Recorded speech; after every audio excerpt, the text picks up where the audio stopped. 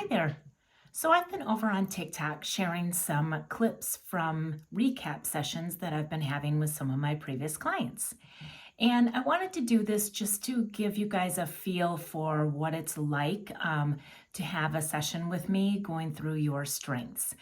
As you can hear from some of the clips, if you hop on over there, um, some of the people were, a little nervous in the beginning, wondering what it was going to be like, or am I going to have more weaknesses than strengths? And what am I going to be told about myself? Or I already know myself well enough. I don't really need something like this, that type of thing. But as you'll hear as we go through, that it just gives you a little bit different perspective of how to view the things that we all tend to take for granted in ourselves and how to view them and use them as your gifts to yourself and each other, and honestly just to bring out into the world in a way that nobody else can. So I really emphasize and highlight the traits that show up for you are your strengths that you bring to the world like no one else can through your own gifts. It's all very positive,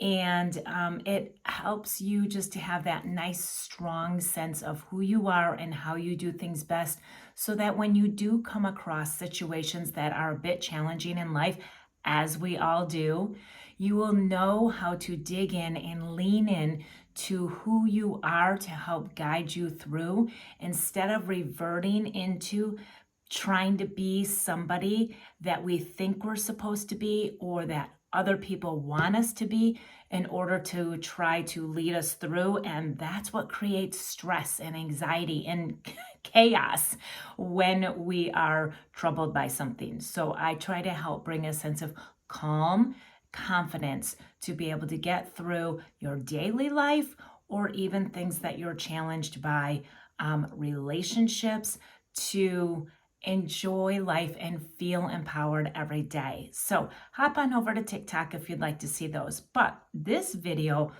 I'm going to show you guys what I do when I go through two people's strengths side by side.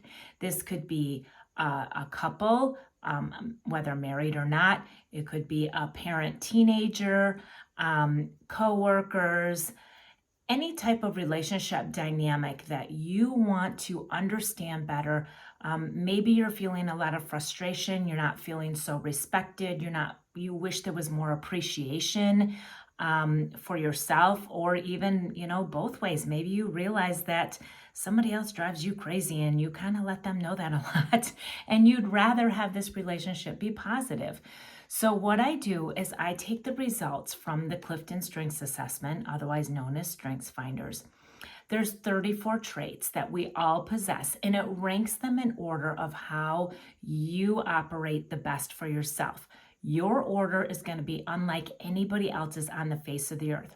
So I take those and literally just line them up like this, side by side. I go through every one of the 34 traits and tell you guys where it falls for you and what that's going to mean in terms of how you're going to approach situations, whether they're everyday situations like taking out the garbage, or just being mindful of household chores and things that need to get done, paying bills, that type of thing, or the parent teen. Keep those expectations in check and learn to approach each other for who you are individually, instead of at that parent-child dynamic at all times, which will bring much more respect.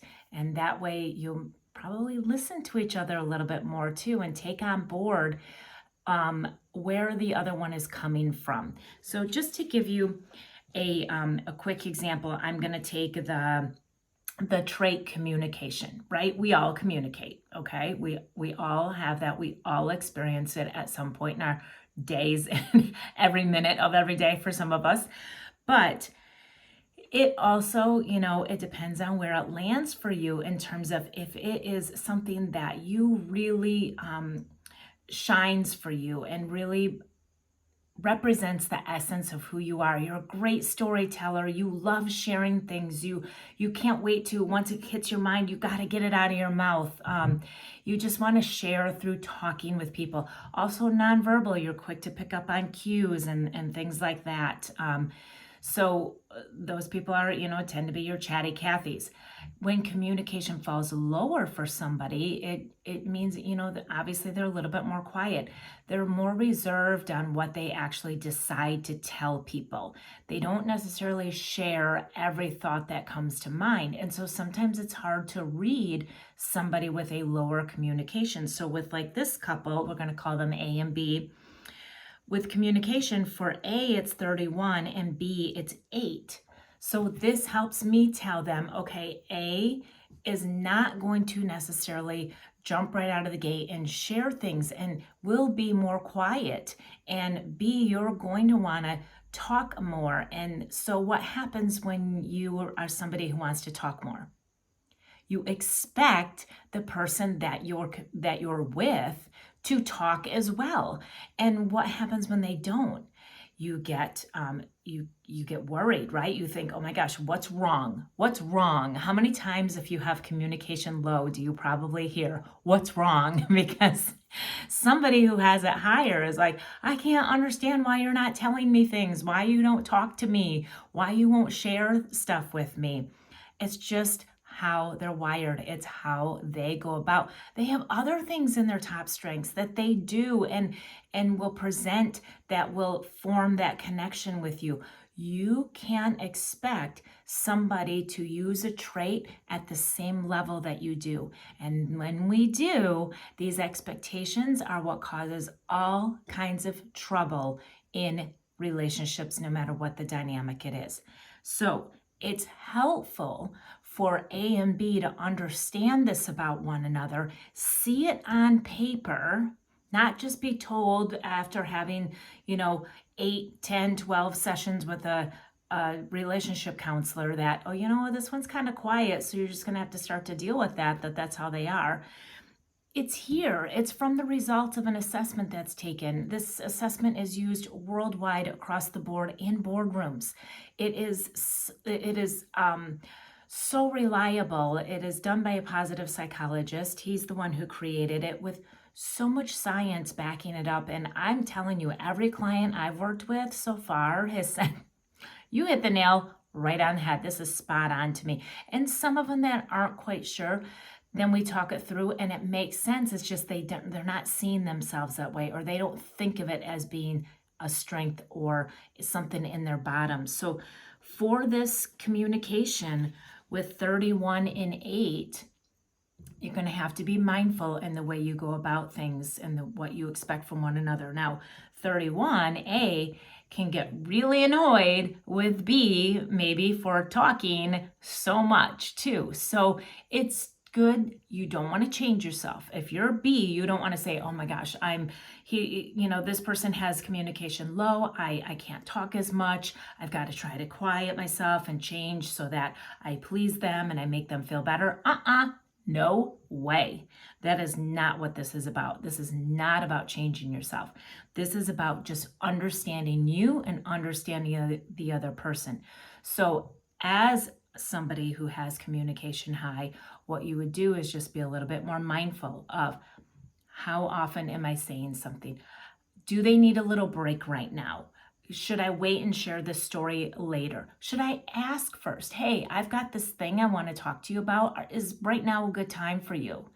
And then A, who's low with the communication, is also going to have to realize just because I don't want to share everything and I don't want to listen all the time doesn't mean that my partner is not the same way, or my parent or coworker or whatever, and they want to hear things talked out. So I'm going to have to budge a little bit and say, okay, I can give this much of myself to be able to talk about things, but that's it. Or don't feel pressured to share things about yourself that you don't want to share just because somebody else is sharing everything about them too. We can't take it personally. It's just who we are, and we're all meant to be different. So if you're interested in this, contact me, and I'm happy to share a video that I'm going to put out there that will go through all of the 34 traits so you can hear a little bit about each of them with a partner and what it's like side by side. So send me your email address at lelle at feelempoweredeveryday.com, and I'll send you the link to the full 34 trait side by side examples. And maybe it'll help you decide that there's somebody in your life that you really want to connect with on a deeper level, and you want to reach that higher standard of respect between the two of you. I can get you there, guys.